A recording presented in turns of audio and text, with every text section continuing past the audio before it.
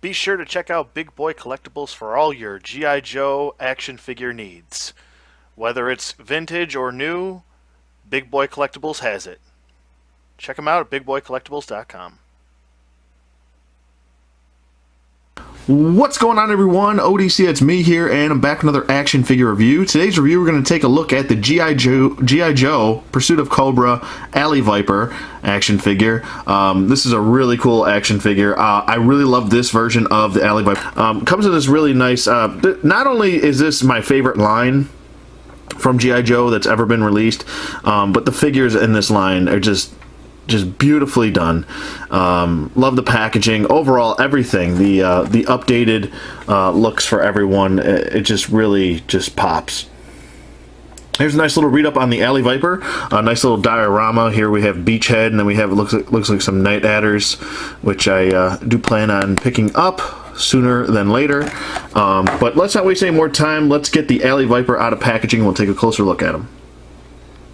Okay, and we're back with the Alley Viper out of packaging, and he comes with 10 accessories total, including the 2 knives in his sheath already in package, and they are removable, but we'll get to that in a second. Comes with 10 accessories here, including the display stand as well. It says Alley Viper on there, looks pretty good. Got a Cobra symbol embossed right there, looks good. And then it looks like we have a submachine gun, almost looks like a, I want to say MP5 style. I'm not sure, 100% sure on that. He does come with his shield, which is a necessary thing for him, and there's 2 little clips right on the back of the shield, or the inside of the shield, and you can take your nightstick, which is another accessory it comes with, and you can pop the nightstick right in there, and it stays right in there. How great is that? Perfect. Love that. I really dig that about figures. Then he comes with, now what a lot of people have said, a crossbow. This is not a crossbow. This is a grapple gun. And it makes sense that it's actually this large. A lot of people are complaining, well, I don't know what this is. It looks like a crossbow of some sort. I'm like, no. When have you ever seen a crossbow that's shaped like this? Usually crossbows are turned to the side, like so, but I digress. The whole point to this is a grapple gun, and it actually makes sense.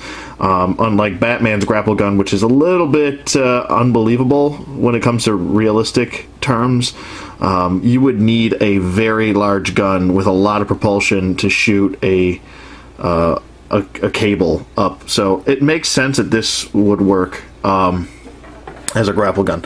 He also comes with a backpack that works with the grapple gun, and it has a peg right there, and you just kind of have to push it in like so. There we go, and then it just stays right in the backpack, so that's really cool.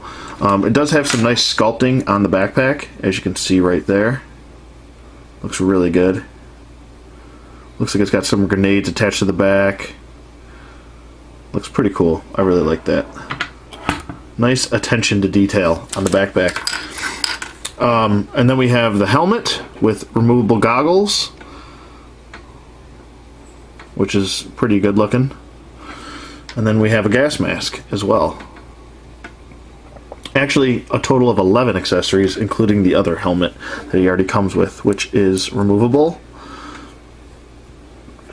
And once you put it on his head, you can also bring this shield portion down. I'm not really sure how, maybe he has some sort of digital display inside his helmet like this, but I'm not really sure how he would be able to see anything.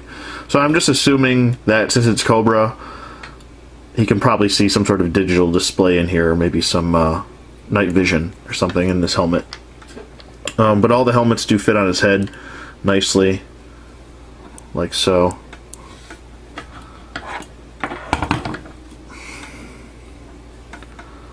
Looks pretty good. Might have to fix these goggles. They're like a little bit off-hiltered, but you get the point. And then we'll have the gas mask here as well. It looks pretty badass. Like, this guy in my Joe-verse is definitely his own character. This is the Alley Viper is just one person. He's not an army builder to me. To me, He's in charge of all the shock troopers. He's leading the shock troopers. He's their commander. So, to me, that's the way it works for me. As far as putting his gun in his hand, it's very simple to do. And it does fit in there very well. Looks really good. And you can actually have him hold it with two hands. If I can get it going here. There we go. As you can see there, he's holding it with two hands. No issues. Now, for the most part, a lot of people will probably have him with his signature shield, which just clips onto his hand like so. His, I guess you call it riot shield. And that's why I make him my shock trooper commander. Because the shock troopers also come with shields. So, there we go. And there we go. Looks pretty good. And then I usually like to have this mask on him. I don't know, I just feel like that's what he would wear. Worst case scenario, he flips this up. You know, I think he looks pretty badass like this. Obviously, this isn't the best pose, you know what I mean? I'm just doing a general pose, but I really love the sculpting on his vest. I really dig this vest. Let me just get this out of the way. And then this, taking that off as well. Like I said, the two knives are removable, and they come out like so, and they are small. Let me just see how well they fit in his hand here. They fit pretty well. It's actually surprising. They're both the same size, so they're just smaller knives, which is pretty cool. Wow, they really fit well in his hand, so that's a good thing. Not falling out, so that's good. That is a good thing. Some Joe hands are, whoa, really wonky, but yeah, this definitely looks really awesome. As far as his articulation does go, his head does swivel full 360. It does look up actually really well for a Joe figure. Usually Joe figures don't look up that well. It does look down nicely. Probably some of the best range of motion I've ever seen in a Joe figure. Head does tilt side to side. Let's see, we got some job turkeys up in here. Oh, no job turkeys.